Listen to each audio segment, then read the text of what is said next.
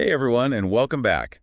Today we're diving deep into a topic that's probably on everyone's mind, cooking delicious firo without breaking the bank. I know, I'm always looking for ways to eat well on a budget. Well, you're in for a treat because joining us is Laura from RecipeSpecialist.com, a chef and recipe developer who has turned budget-friendly cooking into an art form. Thanks for having me. I'm excited to share some tips and tricks. All right, Laura, let's jump right in. Everyone talks about meal planning, but honestly, it can feel overwhelming. How can we make meal planning work, even when life gets crazy? Yeah, I think the key is to keep it flexible.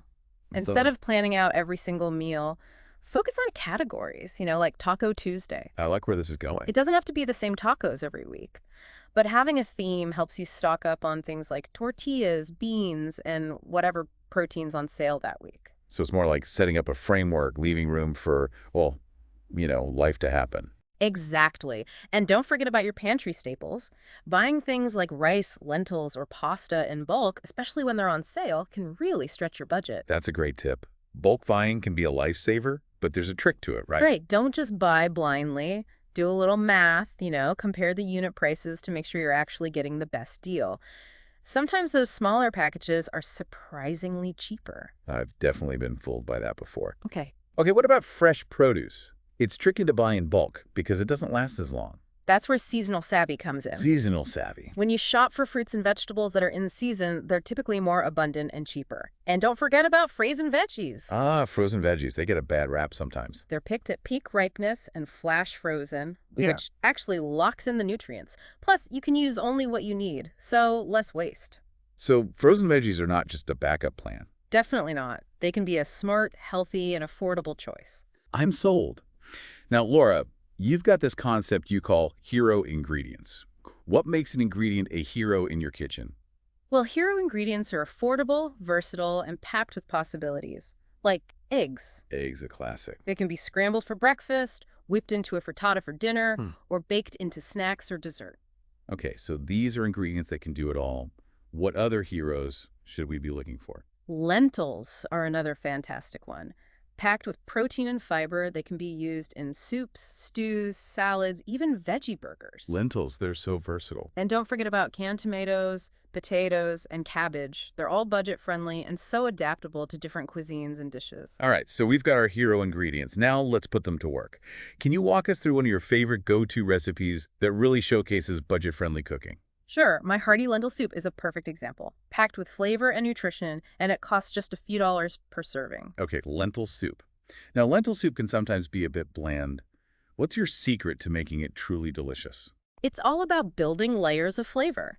You start by sautéing onions, carrots, and garlic in a little oil, to create a flavorful base. Yeah, it makes sense. Then you add the lentils, canned tomatoes, vegetable broth, and spices like cumin and paprika.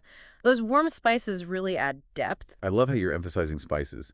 They can really elevate a simple dish without costing a fortune. Absolutely. Cumin and paprika are a classic pairing, but you can also try curry powder, smoked paprika, or even a touch of cinnamon if you want a hint of sweetness. See, this is what I love about cooking. There's always room to experiment and get creative with flavors. Okay, so we've got our hero ingredients. We're ready to turn them into delicious, budget-friendly meals. Laura, you're a master at making those ingredients stretch. What are some of your favorite techniques? Well, one strategy is all about choosing the right cut of meat. Those prime cuts can be expensive, but tougher cuts like chuck roast or pork shoulder are more affordable and packed with flavor. You're right. Those tougher cuts often get overlooked. Slow and low is the key.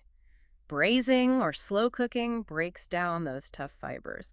You end up with melt-in-your-mouth tenderness. And the longer cooking time really allows those flavors to develop. It's true.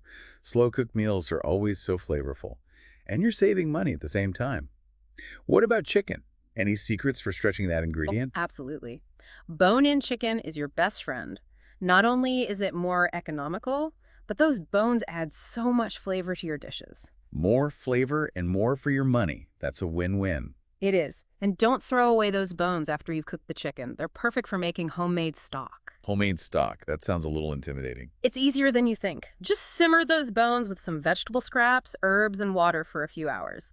You'll have a flavorful base for soups, sauces, you name it. You can even freeze it for later. So we're not just cooking delicious meals, we're also becoming zero-waste chefs. Okay, let's talk about beans and lentils. They're affordable and nutritious, but sometimes they can feel a bit, well, boring. Beans and lentils are like blank canvases. You can do so much with them. First, don't be afraid to try different varieties. Black beans, kidney beans, chickpeas, lentils, each one has a unique flavor and texture. I do tend to get stuck in a rut, always reaching for the same kind of beans. Branch out and have fun with it. Spices are your secret weapon for making beans and lentils sing. Cumin, coriander, chili powder. The possibilities are endless. It's a flavor adventure.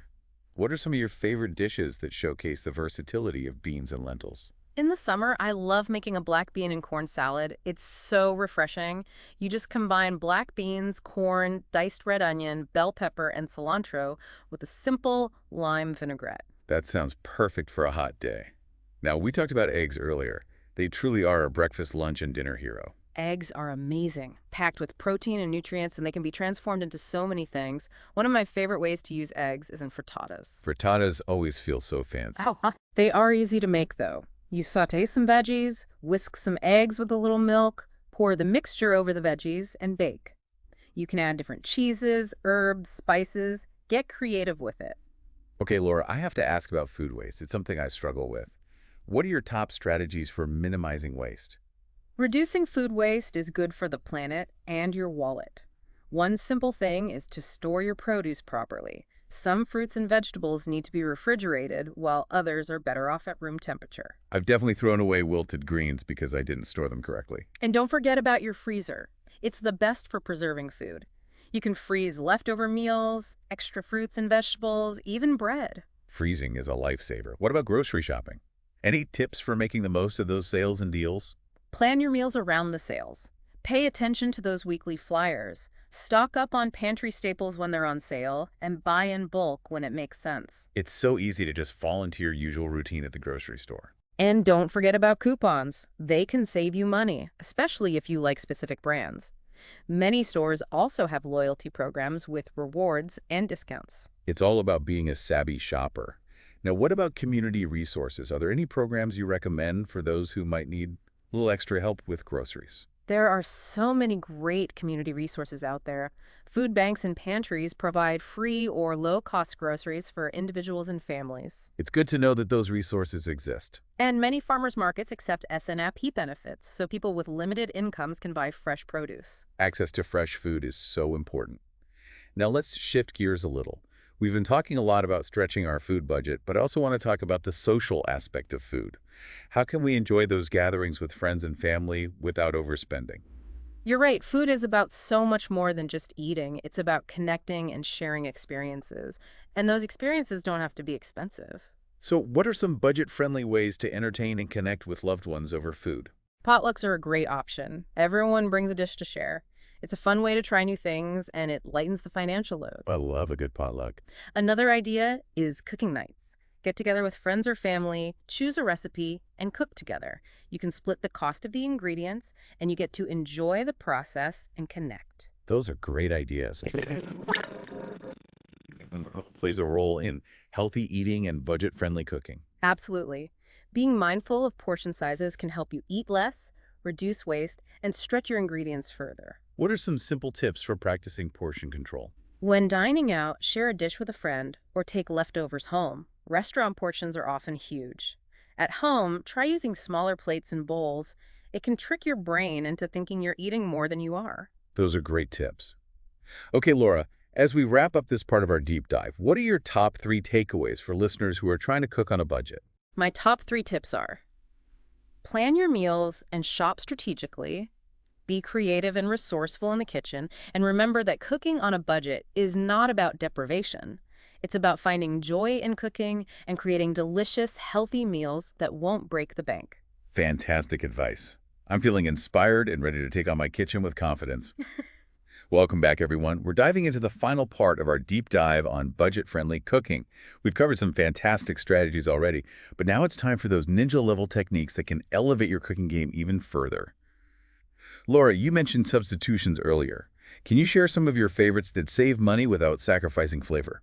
Substitutions are all about being resourceful, you know? Like, let's say you want a creamy pasta, but heavy cream is a bit pricey. I've been there. Instead of giving up, try a mix of evaporated milk and a touch of cornstarch. It gives you that creamy richness for a fraction of the cost. Now that's a smart swap. I've definitely been guilty of skipping recipes because of those fancy ingredients. What other substitutions do you use often? Fresh herbs can get expensive, and they don't last very long. So if a recipe calls for fresh herbs and you don't have any, try using dried herbs instead. Okay, that makes sense. Yeah. But how do you adjust the amount? A good rule of thumb is to use about one-third the amount of dried herbs compared to fresh. So, like, if a recipe needs a tablespoon of fresh oregano, you would use about a teaspoon of dried. That's helpful. It's amazing how those little adjustments can make a big difference. Now, I know we talked about potatoes before, but I think they deserve a whole segment. They're so versatile. What are some of your favorite ways to use them? Potatoes are a true kitchen hero, right? They Mhm. can be mashed, roasted, baked, fried, you name it. One of my favorite potato dishes is a simple potato and leek soup. Potato and leek soup. That sounds comforting and delicious. It is. You saute leeks and potatoes in a little butter or oil until they're soft.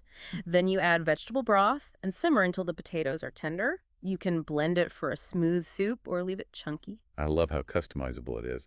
You could add some spice with cayenne pepper or a dollop of sour cream for Mhm. extra creaminess. Exactly. It's a blank canvas for your creativity. Yeah. Speaking of creativity, let's talk about making your own condiments and sauces. Oh, that's something I've always wanted to try, but it seems intimidating. It's easier than you think. Salad dressings are a great place to start. A simple vinaigrette takes just minutes to make with oil, vinegar, and seasonings. And there's so many flavor combinations. What are some of your go-to vinaigrettes? I love a classic balsamic vinaigrette. You can also use different oils like olive oil or avocado oil. And don't be afraid to add things like Dijon mustard, honey, or fresh herbs. Homemade salad dressing is definitely on my to-do list. Before we wrap up, I want to ask about growing your own herbs. I'd love to have fresh herbs, but I don't have a lot of space. Is it even possible? You don't need a big garden to grow herbs. A sunny windowsill or a small balcony is perfect. That's encouraging. What are some easy herbs to start with? Basil, parsley, chives, mint, and oregano are all pretty easy to grow.